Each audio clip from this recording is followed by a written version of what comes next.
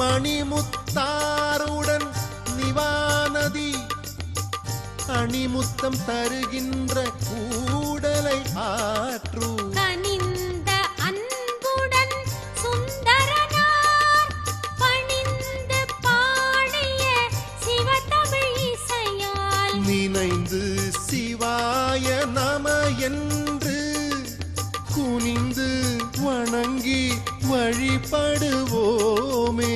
வினைகள் யாவும் விரைந்தோடும் மனைகள் தோறும் சிவனருள் கூடும்.